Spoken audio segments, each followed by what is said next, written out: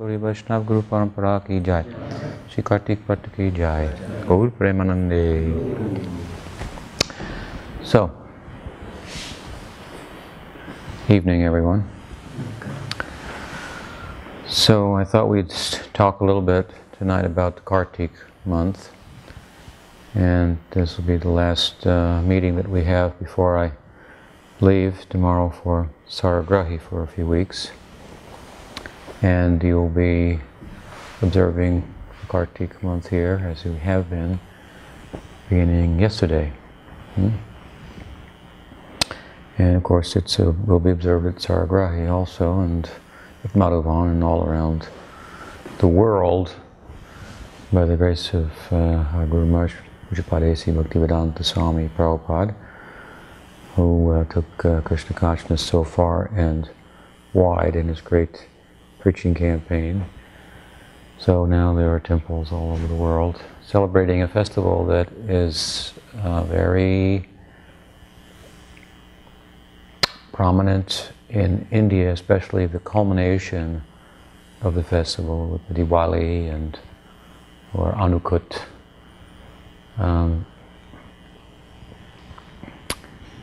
That is commemorated by Gaudiyas throughout the month by the lighting of lamps and so forth. Deepa means lamp. So, what is the significance of this month and the activities that we engage in during the month? Principally, the activities that we engage in are an increase in what Jiva Goswami has termed Swarup Siddha Bhakti.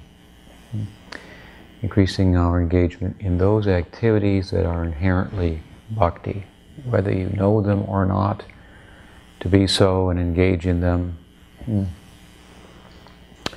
Still they constitute bhakti, and there's some benefit for us, as we were hearing this morning from Duri Kadambini. Bhakti seeks no prerequisite. She is the essence of the Swarup Shakti of Krishna. Antaranga Shakti, so she has inherent power to purify us, regardless of our condition. Other paths like karma yoga, or jnana yoga, they require some prerequisite. Certain things need to be in place in order to engage in them, and if they're not in place, then it becomes a big problem. In karma yoga and in jnana yoga in different ways. In karma yoga you can get the opposite result of what you might want, or a different result, no result. In jnana yoga, if you don't do it right, you can get dismissed altogether. So bhakti is very generous and independent, and is constituted, as I say, of the internal energy of Krishna, which is constituted of Sandhini, Samvit and Hladini. These are kind of accentuated ideas, experiences of Sat, Chit and Ananda, which we are constituted of. With the ingress of Swarup Shakti, then we have power and capacity and eligibility to engage in the Lord's pastimes that are conducted under the influence of that Swarup Shakti. So, this is a good month for seeking that a greater infusion of that Shakti. And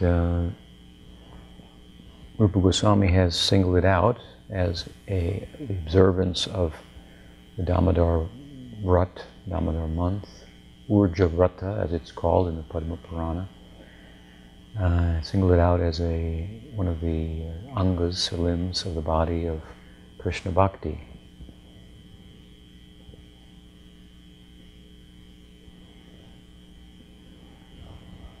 There he cites Padma Purana, and which is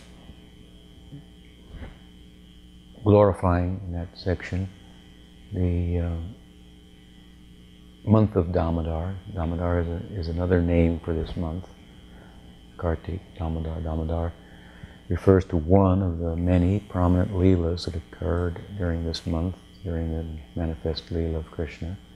Damodar leela being the binding of Krishna's belly, Udara, with ropes, Damodar, on the part of Mother Yasoda. A very touching scene with deep spiritual significance. So in glorifying the Damodar month, Padma Purana says, Swalpam api urukaraka. That this Damodar month is very special, and that if one engages in bhakti in this month, one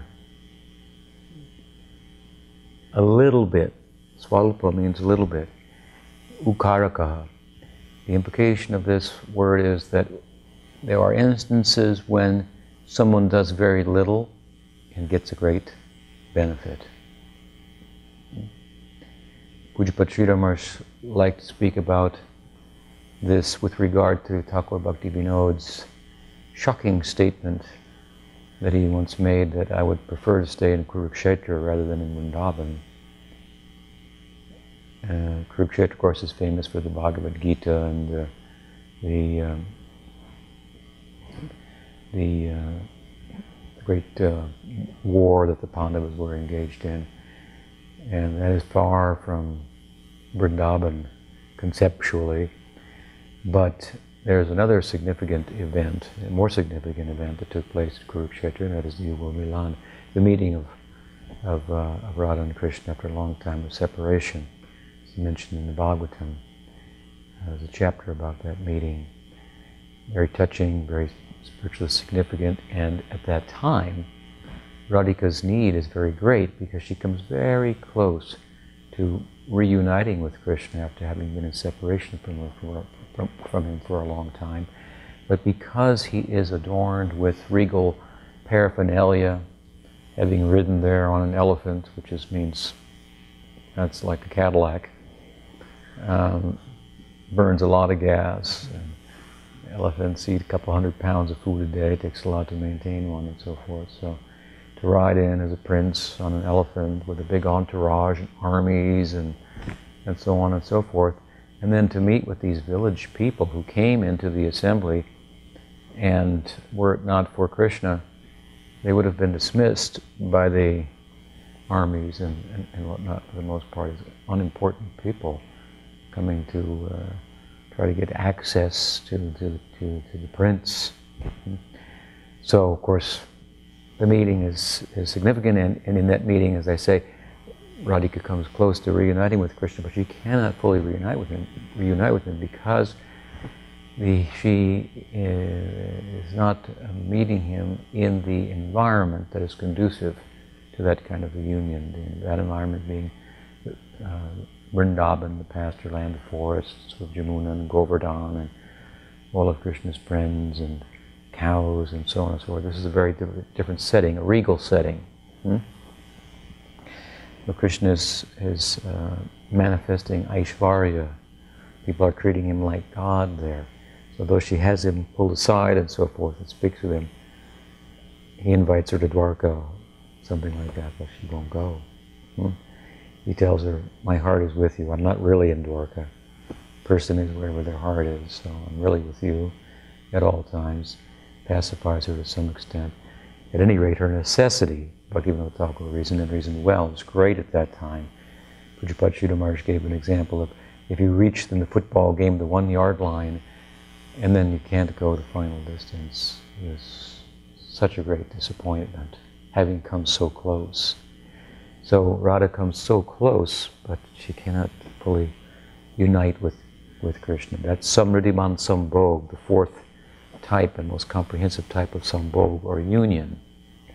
There are 4 types of union that correspond with 4 types of separation in Madhurasa. So that's Samriddhiman Sambhog. She couldn't have that there. When Krishna actually returns to Vrindavan, after killing Dantavakra and Mathura and so forth, then she experiences that, and there's no separation after that. But she couldn't have it at that time, so she's close, but circumstances prevented it. So her necessity was very great. And, to use another example, water is not a very valuable commodity. I mean, it's very valuable. You can't live without water. Obviously, it's most important in that sense. But it's readily available for the most part, in our experience. Of course, you ran out again this afternoon for a few minutes, but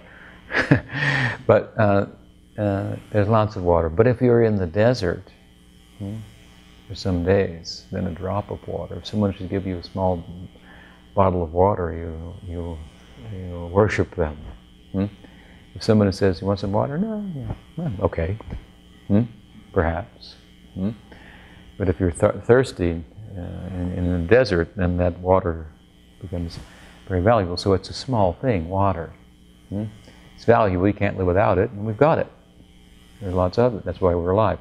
So we don't take it as seriously as we would if there was a shortage of it. We would then understand its value. So, at any rate, a little service rendered at the time of great necessity, rendered to the object of our service, of our love, that brings a greater amount of remuneration than service rendered in another circumstance. It might be hard, in other words, to get the service of Radhika.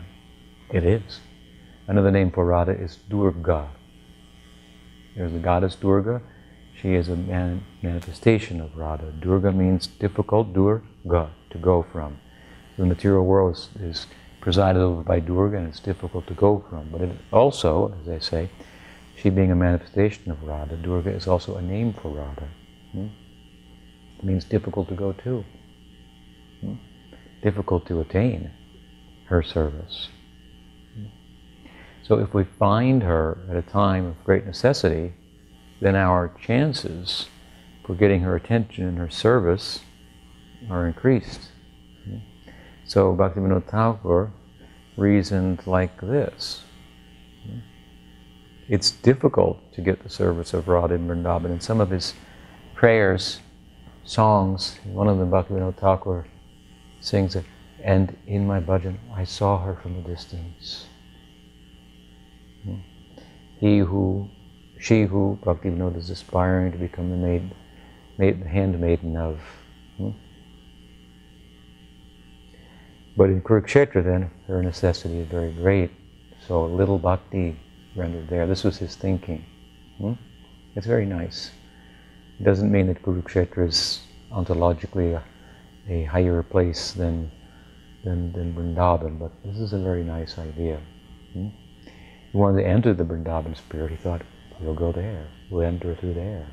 And of course Mahaprabhu was entering through there in the Ratha Yatra, which commemorates the Krishna's going from Dwaraka to Kurukshetra, which culminates in meeting the Brajabasis. And so this is a kind of an entry point, if you will, auspicious entry point to have access to that Vrindavan Leela. So, Kartik, Padma Purana says, the Damodar month, as it's described there in the same idea, same month, is very special, because a little bit of service rendered at that time, one gets a great remuneration. This is its speciality. So, amongst the 4 months, Chaturmasya, that occurs during the rainy season and during the monsoon season, it causes the sadhus who travel to slow down and stay, for the most part, in one place, and because they're not moving as much, then they accept certain vows like fasting and so on. Of the 4 months, this is the last of them, and this one is singled out for observance as a limb or anga of the body, angi of bhakti. So it's very special. We have been discussing the 5th chapter of the 1st canto of Srimad Bhagavatam, where Narada makes his appearance and schools Vyas, and we're just at the point where he's beginning to school him in the essence of bhakti and Bhagavatam.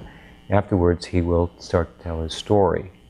And in the context of his story, this idea of the Chaturmasya comes up because during those 4 months, some sadhus, Prabhupada calls them the Bhakti Vedantas, they took shelter at his mother's house, Narad's mother's house, during the rainy season. They were taken care of as sadhus, and so they schooled Narada. And he was a good student, obviously. After they left, he followed them and became the great Narada Muni. So,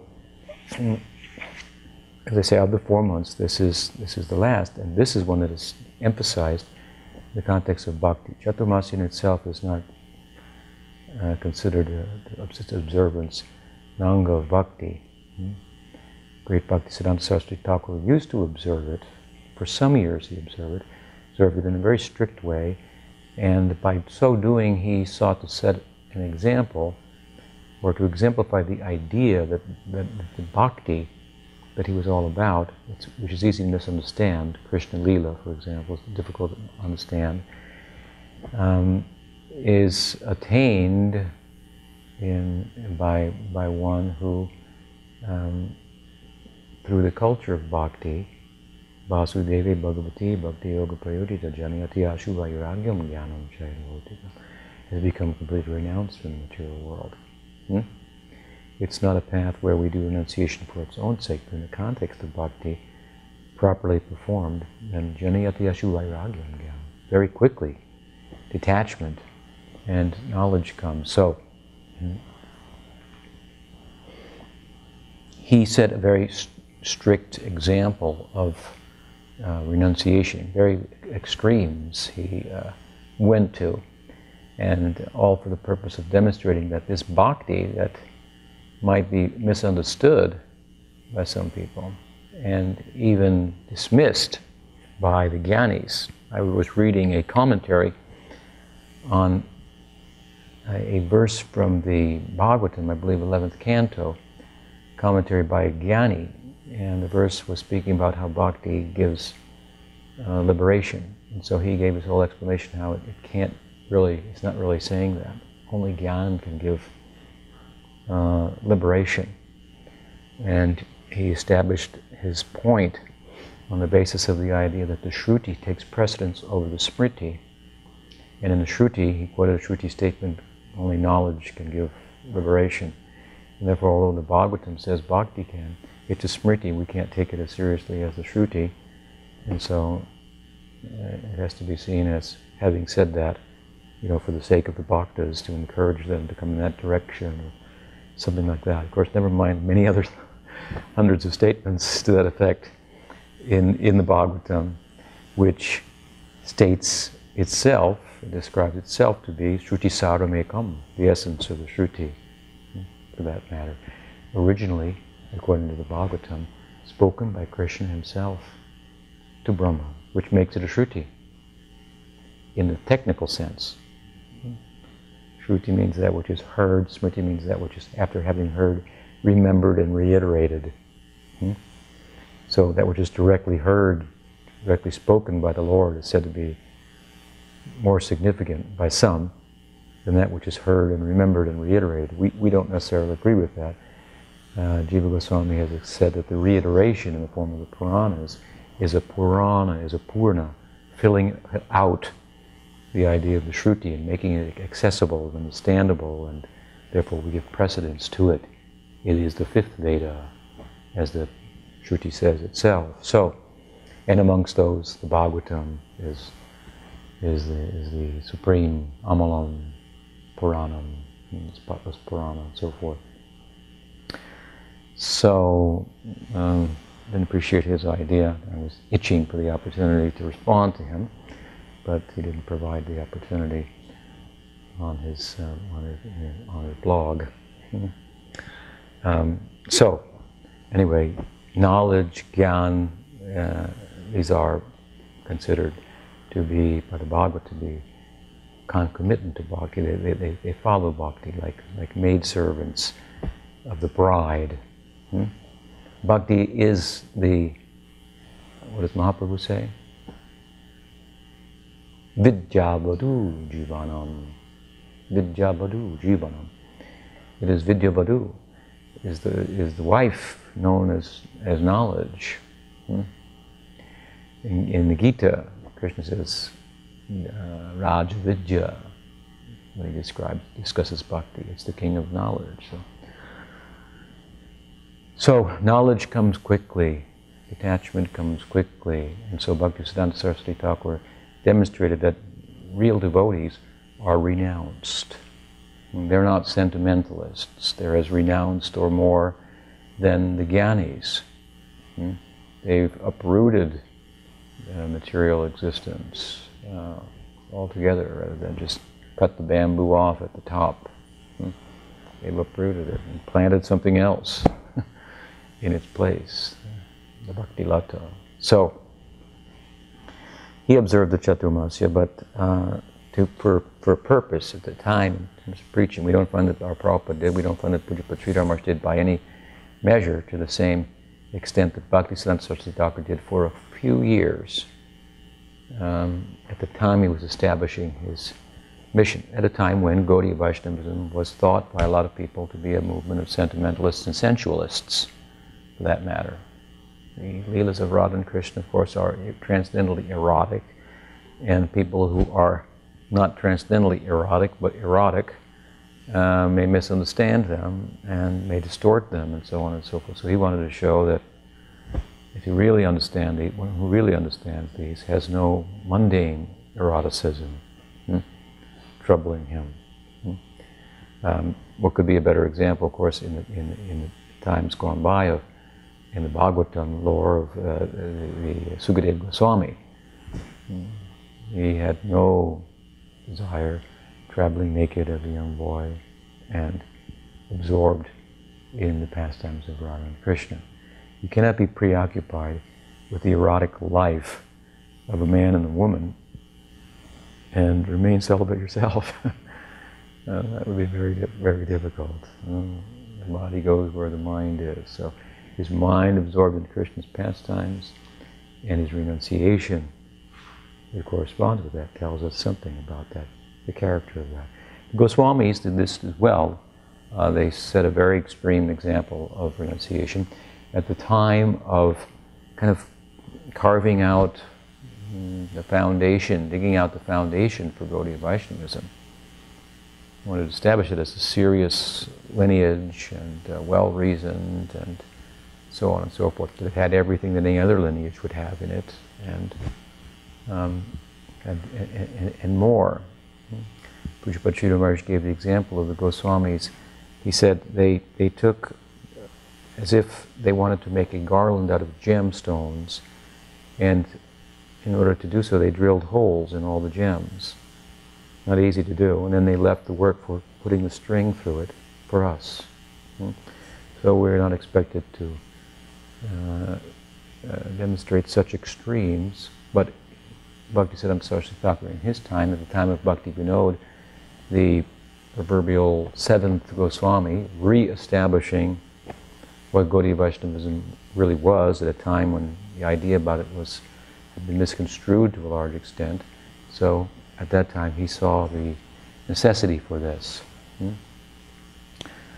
But amongst the 4 months and the observance of Chaturmasya, which is not in and of itself an anga of bhakti, this observance of Kartika is. And it takes on a whole different feel from the other months. The other months are filled with all types of vows, and there are vows also to be taken in the Damodar month, Urja Brata, but they tend to be, as I said earlier, positive vows, increasing my participation in Swarupa Siddha Bhakti, in archan, in deity worship, in hearing, in chanting, remembering the Lord, and so forth.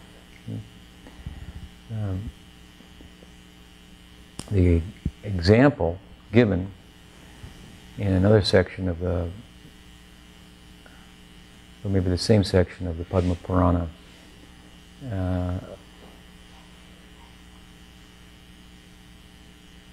I believe it was during the month of Kartik, but yeah, I think it was during the month of Kartik. The story is there from the Purana that there was a rat, and he used to go and after the ghee lamp the deepa was offered to the deity, it would be set down, and then the lamp goes out. The rat would come in and chew on those tasty ghee-saturated wicks. And so got accustomed to that, and one day he was so eager for it that he latched on to one that was still lit up, and got attached on his nose, and he was jumping around like this, moving his head in front of the deity, and the deity accepted that he was offering arati. The rat died, and it said he went to Vaikuntha. So a little service in the month of Kartik goes a long way. And also this is an example of Swarup Siddha Bhakti in that the rat didn't know he was offering arti. But Krishna accepted that. Looks like arti. Okay, must be arti. So it has inherent power in it. These activities, this Swarup Siddha Bhakti, that should be embraced, and we should increase our participation in that during the month of Kartik. The Urja Vrata is also called the vows of Urja. Urja means power, resource, and so forth. In his Bhagavatam commentary, Vishwanath Chakravarti Thakur, there's a section in the third canto speaking about, I believe, about different plants, trees in Vaikuntha, and nice description there. In his commentary, he mentions the tulsi plant, and the Urja Shakti. He says the Urja Shakti is a particular Shakti that oversees the Leela, kind of like Leela Shakti, and it appears in this world as Tulsi. So the connection between Tulsi and Radha. Urjam is a reference to Radha and this internal Shakti, Leela Shakti, and her resourcefulness. She is the Swayam Shakti, the source of all Shaktis. Krishna is the source of all the Shaktiman. I guess kind of hard to talk about. He's the energetic from which the energy comes, but in the context of the energy that comes from the energetic source, she's the primal Shakti. So all other Shaktis are subordinate to her. So it is an emphasis this month on Shakti, and Bhakti is a Shakti. It is the Swarup Shakti of Bhagavan. And she is the personification of the ideal of Bhakti. So this month is about Radha. It is said, Pujapad Sridhar Maharaj said that it was a custom in Vrindavan that people would name their daughters after the daughters of Daksha, Prajapati Daksha. He had lots of daughters. And these names would correspond with different nakshatras, stars, constellations, and so forth. And so Vrishabhanu's wife, her name was Kirtika or Kirtida, same idea. And her daughter is Kirtiki Kumari or Kartiki, a name for Radha. So the month is, in that sense, named after Radha. It is her month. In the Bhagavad Gita, Krishna says, Margashirshoham, of months. In the 10th canto, Vibhuti-yogi says, of months I am Margashirsha. That is the following month. So I believe Sanatana Goswami reasons, well, if Margashirsha is the following month, Krishna follows Radha. So we usually say Radha Krishna, Radha Govinda, Radha Damodar. It's just by way of saying that Krishna follows Radha. Of course, Prabhupada named the deities in his Chicago temple Kishore, Kishori. And Kishore is the name of Krishna, and Kishori is the name of Radha. So we once asked him, why is it backwards? Why isn't it Kishori Kishore? Why is it Kishore Kishore? He said, oh, save the best for the last.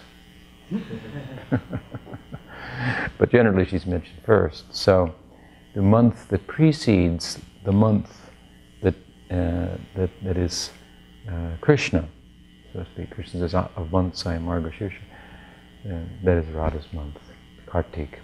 And in this month, so many important leelas were played out year after year. The Damodar Leela, as I mentioned, the manifestation of Radha Kund. This Leela took place during Kartik. Of course, the Govardhan Leela is really for Gaudiya people, the culmination of the Kartik month. It ends with the 5 important days, ending with the Diwali, the light festival. This is observed by all kinds of different sects, even Jains and non-Hindus in India observe this light festival. It's kind of, I think, probably the most authentic idea of the Diwali, the light festival, is the idea, it must be in Ramayana, where they lit the lamps all around Ayodhya to greet Ram, who, after having killed Ravan, was coming back after his years of being exiled in the forest with Hanuman or a few others. Very touching scene. So all the Ayodhya is lit up, greeting him back. It is a symbol, symbolizes the victory of good over evil, the light of the self. Go tamasi ma jyoti gama, as it's said in the Shruti. Go from the darkness, go to the light of the self, and further. This is, of course, the Devasya Vidma, what is it? Sabitur Bharenyam Bhargo Devasya. Bharenyam Bhargo Devasya. Devasya means Krishna. Bhargo means light. Vidmahe, petition. The light, that which shines light on Krishna. Prabhupada used to say, Krishna's not particularly beautiful, but standing next to Radha, then he's very, very attractive. So, of course, he's not ever separate from Radha, only an appearance of such is there for the sake of Leela. The idea is that Krishna, basking in the light of his Shakti, Brahman, the Absolute, basking in the light of his internal Shakti, shines brightly, dances, and makes himself thereby available. So, Jai Radhe, as the Gaudiyas like to say, and this is her month, the month of Kartik. It culminates with this Diwali, so the conquering of evil, the good over evil, and right. This is the New Year, the Indian Hindu New Year. This is the harvest season. It's celebrating the harvest moon. The Rasa Leela is performed on the full moon, Saradiya Purnim, in this month, and it ends, as I say, with the Kartik, with the Govardhan Puja, which is probably the most important and most celebrated of Gaudiya festivals. And a time of celebrating of plenty. Govardhan is a big provider in Krishna Leela for all that is important in Krishna Leela. All of his pastimes are fully facilitated by that great hill. And of course the Govardhan Leela involves lots of prasadam. And again, this corresponds with the harvest season. It's a time of plenty. It's a thanksgiving. It's kind of a Hindu thanksgiving. And so from a very kind of pragmatic, down-to-earth point of view, the harvest festival celebrating the bounty provided by the god. And Govardhan Leela, of course, among other things, establishes what? That Krishna is the god of the gods. And they were worshipping Indra, thinking that he was providing, and Krishna stepped in and said, "Who's he? Without my power, he cannot provide anything." In this Leela, Krishna was crowned Govinda, or Upendra, sometimes referred to maybe in Padma Purana. Means the same thing in one sense. So the god of the gods. This is Sarvadharman Prityaja Mamekam Sharanam Braja. It's the doorway to bhakti. Krishna says in the Gita, with the culmination, give up all the gods. Sarvadharman. With the Dharma, there are corresponding gods and goddesses. Give it all up. Sarvadharman Prityaja Mamekam Sharanam Braja. Take shelter of me alone. And don't worry that if you forego the Dharma, you'll be culpable for some kind of sinful reaction. No, I'll cover for you. This is my position. So this is established in the Govardhan Leela, among other things. This is one of the important points of the Leela. All the other gods are being dismissed. Indra is the chief. Indra means chief of the gods. And Krishna demonstrated that his position is nothing in comparison to him. He's the maintainer. And he is Govardhan. He Aradya Bhagavan Brajeshu Tanayas Tadama Vrindavana. He is Vrindavan. He is Govardhan. This is kind of a nice story that seems like kind of an animism, the worship of the mountain, because the mountain provides things for us, and it has that aspect. But if you look deeply at it, the theology is considerable, supporting this. The worship of the stone from Govardhan, the worship of the hill of Govardhan. It's, as I say, it corresponds with the conclusion of the wisdom of the Bhagavad Gita. So, full of festivals this month, full of all commemorating the various Leelas of the Lord. And of course, as I say, while the Govardhan Puja is probably the most significant and widely celebrated Leela of the month, for us there are two other great lights, if you will, worth celebrating in this month, and that is, and it's very beautiful that it occurs in this way, the disappearance of Srila Prabhupada and the appearance of Srila Sridhar Maharaj, both occurring in this month. So for this month, very significant for us in Sri Chaitanya Sangha, who a group, a sect that's founded under their auspices and with their blessings and so forth. So we celebrate the disappearance of Prabhupada that corresponds with the appearance of Pujapad Sridhar Maharaj in our life during the month of Kartik. So there's two extra special days for us amongst so many other days. Prabhupada, of course, left the world in the month of Kartik, isn't it? Yes. Yeah, his disappearance. So he left with a preoccupation, a twofold preoccupation.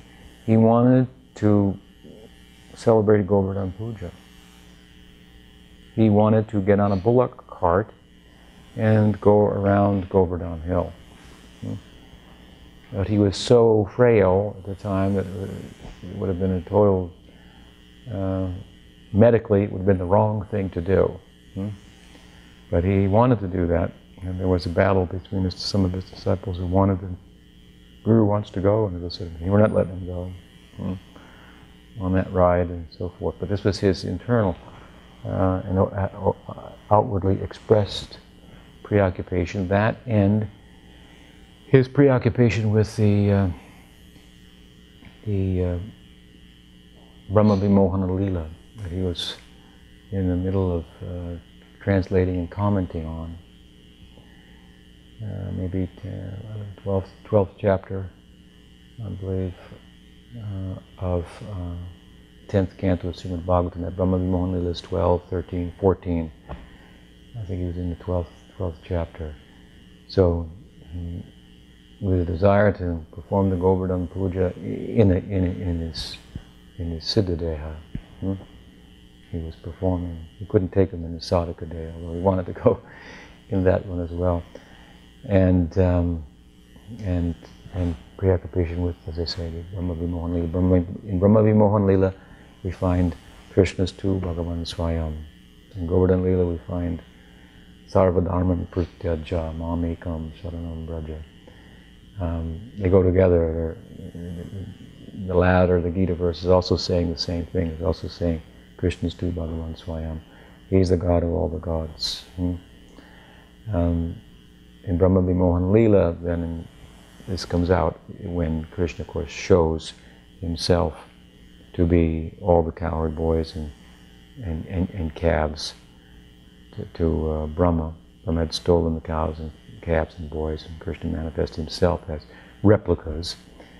And then he showed Brahma a mystic vision in which Narayans were emanating from him, and from each Narayan was coming universes, and from in each of those universes a Narayan appeared and a Brahma appeared, and this was very extraordinary. I mean, Mahavishnu's opulence is extraordinary. Universes are said to emanate from him. So if Mahavishnus are emanating from you, that is very extraordinary. This is probably the highest display of Aishvarya in all of Krishna's Leela. And of course it occurs in Vrindavan, which is the sweetest, where the Madhurya is fully manifest. So we can understand that the backdrop to the Madhurya is the Aishvarya. In other words, because Krishna is God and he acts like a human, therefore it becomes sweet. So we don't find more Aishvarya anywhere else than in Vrindavan. Of course, everybody didn't see it. We're able to see it through the narration of Sukadeva and so forth. People like us in Brahma, we saw it, and we were to be inspired by that. Because if we understand, as Krishna says in the Gita, Aham sarvasya prabho bhakta sarvam pravartate iti matva bhajante mam buddhavava samamita. If we understand Krishna, the source of everything, we have then found that center, that supreme enjoyer, the supreme taker, and thus one half of the equation of unalloyed bhakti is in place. If you are to give unlimitedly without reservation, you have to find someone who will take unlimitedly without reservation. This is the idea of Krishna. All types of love. Rasaraj, he can reciprocate in all types of love. So finding him and focusing our devotion on Krishna, then we have the capacity. The other side is it has to be unalloyed without any motive. But, on our part. So anyway, half of the equation is there. He says if you have that in place, then you can begin to do the kind of bhajan that is rag bhajan. Led, of course, we should say, by the example of Sri Radha. So an important month, and I hope you'll observe it strictly, increase your own participation in the Swarupa Bhakti, and get a calendar if you don't have them, observe the various days that occur. Gorka Shordas Babaji's disappearance occurs also in this month. So many different important days. It's probably the most packed month of festivals. You're supposed to come out of it making every day in your life thereafter a festival in Krishna Bhakti. And although it's just a little done in this month, as I've mentioned, it gives a good, extraordinary response. We should try to do a lot. This is a kind of one of the secrets of bhakti here. This Kartik Mas and Urja Brata, this kind of observance, Niyama Seva, supposed to be controlled in this month, and focus your energy on Bhakti Devi. So, are there any questions? Yes. I think you've answered this before, but I had a question on the Shruti versus Shruti. So you said that the Shruti, that's spoken directly from God. So is Bhagavad Gita considered Shruti? It is. Therefore, sometimes Bhagavad Gita is called Gita-Upanishad. They give it an Upanishad name because it's spoken directly by Krishna.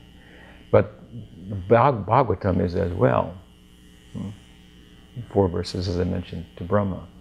Therefore, its own statement, Shruti Saru may come. This is the essence of the Shruti. That has to be acknowledged. What else?